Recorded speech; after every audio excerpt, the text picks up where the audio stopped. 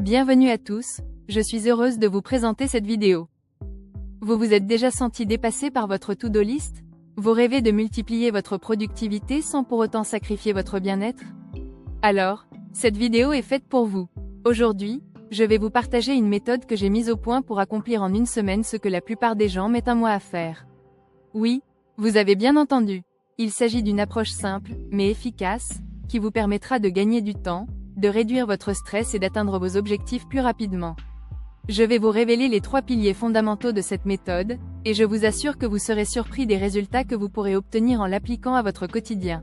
Voici ce qu'il faut absolument retenir. Point 1. La planification stratégique 1. Je vous explique. Le premier pilier de cette méthode, c'est la planification stratégique. Il ne s'agit pas simplement de faire une liste de tâches, mais de définir clairement vos objectifs, d'établir des priorités et de planifier votre semaine de manière optimale. 2. Exemple concret. Prenons l'exemple d'un projet important que vous devez terminer. Au lieu de vous lancer tête baissée, prenez le temps de le décomposer en petites tâches réalisables. Ensuite, attribuez à chaque tâche une durée estimée et planifiez-les dans votre agenda en fonction de leur importance et de leur urgence. Voici d'autres exemples qui peuvent vous inspirer. Prenons l'exemple de l'entreprise Tesla. Révolutionner l'industrie automobile. Les dirigeants de Tesla ont une vision ambitieuse. Savez-vous leurs objectifs? C'était tout simplement accélérer la transition mondiale vers un transport durable en offrant des véhicules électriques performants et abordables. Ils ont donc mis en place une stratégie innovante, en investissant massivement dans la recherche et le développement, verticalisation de la production, développement d'un réseau de recharge rapide, et mise en place d'une stratégie marketing axée sur la durabilité et la technologie. Résultat, Tesla est devenu un leader mondial de l'automobile électrique, redynamisant un secteur entier et inspirant de nombreuses autres entreprises à adopter des solutions plus durables. 2. Netflix, redéfinir la consommation de contenu audiovisuel. Vision disruptive, rendre accessible à tous, à tout moment et en tout lieu, le meilleur du cinéma et des séries télévisées. Stratégie audacieuse, abandon progressif du modèle de location de DVD, production de contenus originaux de haute qualité, personnalisation de l'expérience utilisateur, et développement d'une interface intuitive. Aujourd'hui, Netflix est devenu le leader mondial de la vidéo à la demande par abonnement, transformant les habitudes de consommation des téléspectateurs et bouleversant l'industrie du divertissement. 3. Patagonia, allier performance et responsabilité environnementale. Vision engagée, construire le meilleur produit, causer le moins de dégâts possible, et inspirer et impliquer des solutions aux crises environnementales. Stratégie durable, utilisation de matériaux recyclés et biologiques, réduction de l'empreinte carbone, soutien à des organisations environnementales, et engagement dans des campagnes de sensibilisation. En somme, Patagonia est devenue une référence en matière de mode durable, inspirant de nombreuses autres marques à adopter des pratiques plus responsables et à s'engager en faveur de la protection de l'environnement.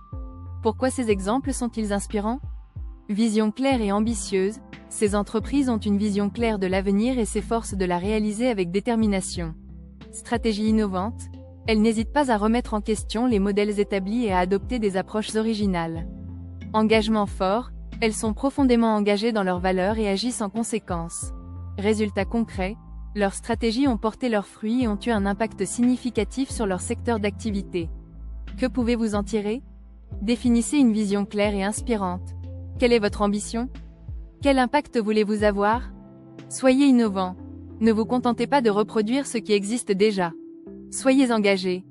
Croyez en votre projet et agissez avec passion. Adaptez-vous.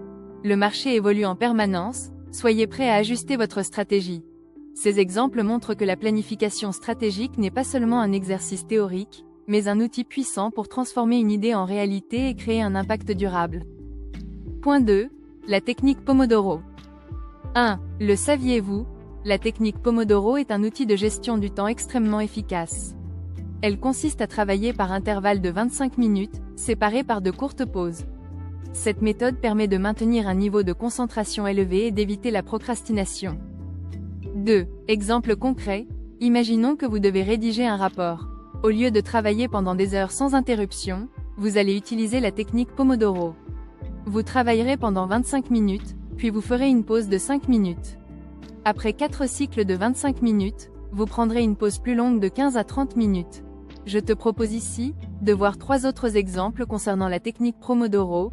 Révision d'un examen. Objectif, Révisez les chapitres 1 à 5 d'un manuel d'histoire pour un examen. Comment appliquer la méthode Pomodoro? Dans un premier temps, divise chaque chapitre en plusieurs sous-parties, par exemple, chaque paragraphe important, session, allouer 25 minutes à chaque sous-partie et faire une pause de 5 minutes après chaque Pomodoro pour se dégourdir les jambes ou boire un verre d'eau. Il y a aussi la pause longue. Après 4 Pomodoros, faire une pause plus longue de 25 minutes pour se détendre ou pratiquer une activité différente. Exemple 2. Rédaction d'un rapport objectif. Rédiger un rapport de 10 pages sur un projet marketing. Application Pomodoro. Découpage. Diviser le rapport en sections. Introduction, analyse, recommandation, conclusion, session. Allouer 25 minutes à la rédaction de chaque section. Pause. Faire une pause de 5 minutes après chaque Pomodoro pour se concentrer sur autre chose. Pause longue. Après 4 Pomodoros, faire une pause plus longue pour vérifier ses emails ou organiser son bureau. Exemple 3. Apprentissage d'une nouvelle langue objectif. Apprendre 20 nouveaux mots d'espagnol par jour. Application Pomodoro. Découpage. Diviser les 20 mots en groupes de 5. Session. Allouer 25 minutes à l'apprentissage de chaque groupe de mots, répétition, exercice, etc. Pause. Faire une pause de 5 minutes après chaque Pomodoro pour se détendre ou écouter de la musique en espagnol. Pause longue. Après 4 Pomodoros, faire une pause plus longue pour regarder une série ou un film en espagnol. Conseils supplémentaires pour une utilisation efficace de la technique Pomodoro. Minimisez les distractions. Éteignez les notifications. Trouvez un endroit calme et concentrez-vous sur une seule tâche à la fois. Utilisez un minuteur. Il existe de nombreuses applications et sites web dédiés à la technique Pomodoro pour vous aider à suivre le temps. Adaptez la durée. Si 25 minutes sont trop longues pour vous concentrer, commencez par des intervalles plus courts et augmentez progressivement la durée. Être flexible. La technique Pomodoro est un outil, pas une règle.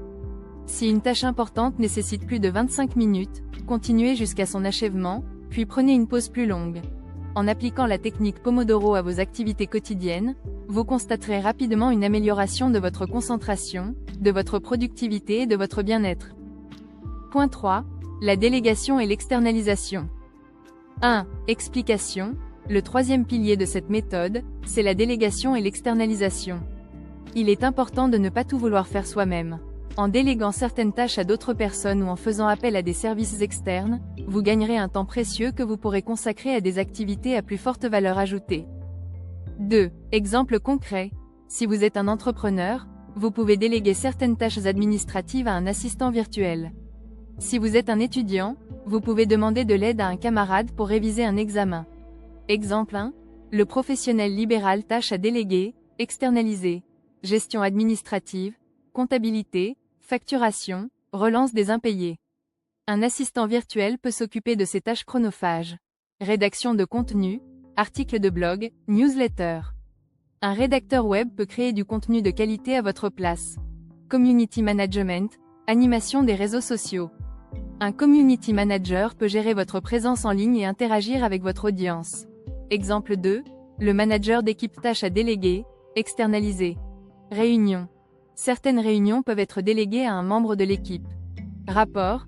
La création de rapports récurrents peut être automatisée ou déléguée à un analyste. Formation. Des formations spécifiques peuvent être externalisées vers des organismes spécialisés. Exemple 3. L'étudiant tâche à déléguer, externaliser. Recherche documentaire. Un service de recherche documentaire peut vous aider à trouver les informations nécessaires pour vos travaux. Correction. Un service de correction peut vous aider à améliorer la qualité de vos écrits. Tâches ménagères. En déléguant certaines tâches ménagères, vous gagnerez du temps pour vous concentrer sur vos études.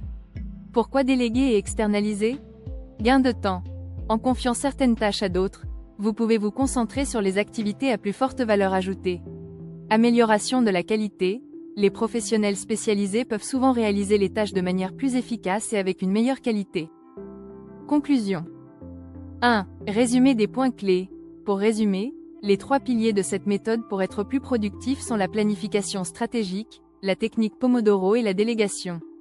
En appliquant ces principes à votre quotidien, vous serez en mesure de réaliser beaucoup plus de choses en moins de temps. Si vous voulez être efficace, performant dans votre domaine, n'attendez plus, c'est maintenant que cela se passe. 2. Je vous invite à prendre conscience de cela et surtout, n'hésitez pas à tester cette méthode et à me faire part de vos résultats en commentaire.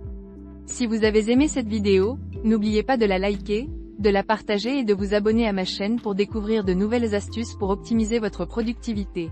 À bientôt. Si cette vidéo vous a plu, alors abonnez-vous et surtout n'oubliez pas d'activer la cloche de notification pour ne louper aucune de mes vidéos.